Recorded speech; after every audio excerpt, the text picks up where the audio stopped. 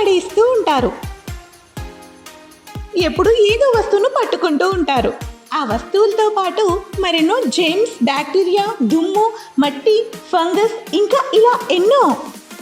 కానీ ఇప్పుడు కాదు, మనకి ఉంది fresh touch floor cleaner.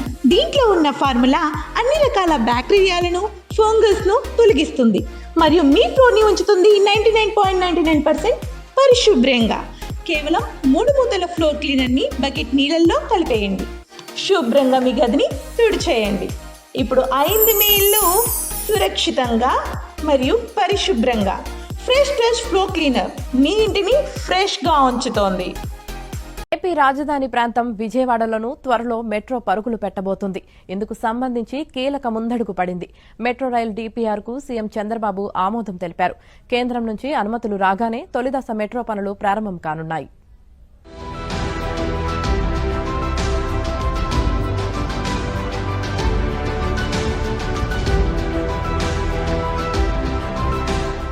Andhra Pradesh రాజధాని నగరం విజయవాడలో త్వరలోనే మెట్రో రైల్ పరుగులు పెట్టనుంది. ఎన్నో ఏళ్లుగా ప్రతిపాదనలో ఉన్న విజయవాడ మెట్రో కల సాకారం కానుంది.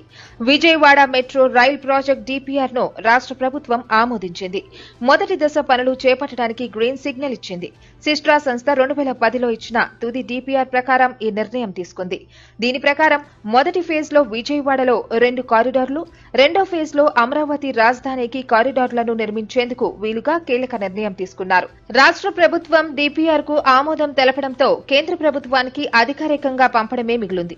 ఇప్పటికే ఈ ప్రాజెక్ట్ ప్రతిపాదనలను కేంద్రం దృష్టికి తీసుకెళ్లారు. ఇక రాష్ట్ర విభజన సమయంలో ఏపీ రీఆర్గనైజేషన్ యాక్ట్ ను కేంద్ర ప్రభుత్వం తీసుకొచ్చింది. ఈ చట్టంలోని 12వ ఐటెం పొందుపర్చిన 13వ సెక్షన్ లో విజయవాడలో మెట్రో రైల్ ప్రాజెక్టు ఏర్పాటుకు కేంద్ర ప్రభుత్వం తన పూర్తి సహకారాన్ని అందిస్తుందని పేర్కొంది. దీని ప్రకారం ఫండింగ్ 100% కేంద్ర ప్రభుత్వమే భరించాలి. లేదంటే నూతన మెట్రో పాలసీలో ఉన్న క్లాజ్ ప్రకారం కేంద్రం పూర్తిగా తన సొంత ఖర్చుతో నిర్మించాలన్న ప్రతిపాదనను కూడా తీసుకొచ్చారు. ఈ మేరకు మరోసారి 100% కేంద్ర సాయాన్ని కోరుతూ ప్రతిపాదన పంపనున్నారు.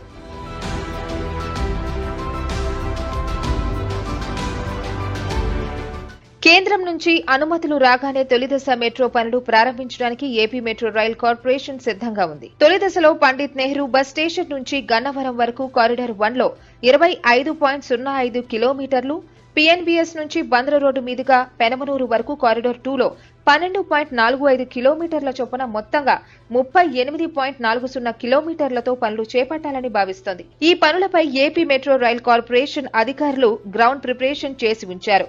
కేంద్ర అనుమతులు రాగానే విజయవాడ నగరంలో కార్పొరేషన్, పోలీస్, రెవెన్యూ, ఆర్టీసీ, విద్యుత్, ఆర్ఎండ్బి తదితర శాఖలతో కమిటీలు ఏర్పాటు చేస్తారు. కారిడార్ల మార్గంలో ఆయా శాఖలు తక్షణం చేయవలసిన పనులకు సంబంధించి మొదటి భేటీ ఉంటుంది.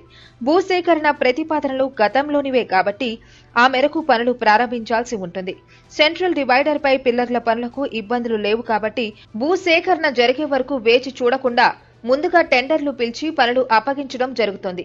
అన్ని శాఖల పనులు సమాంతరంగా జరిగేలా ఏపీ మెట్రో రైల్ కార్పొరేషన్ ఏర్పాట్లు చేస్తోంది. సాధారణంగా మెట్రో ప్రాజెక్టులు అనగానే విద్యుత్ తీగలు కనిపిస్తుంటాయి.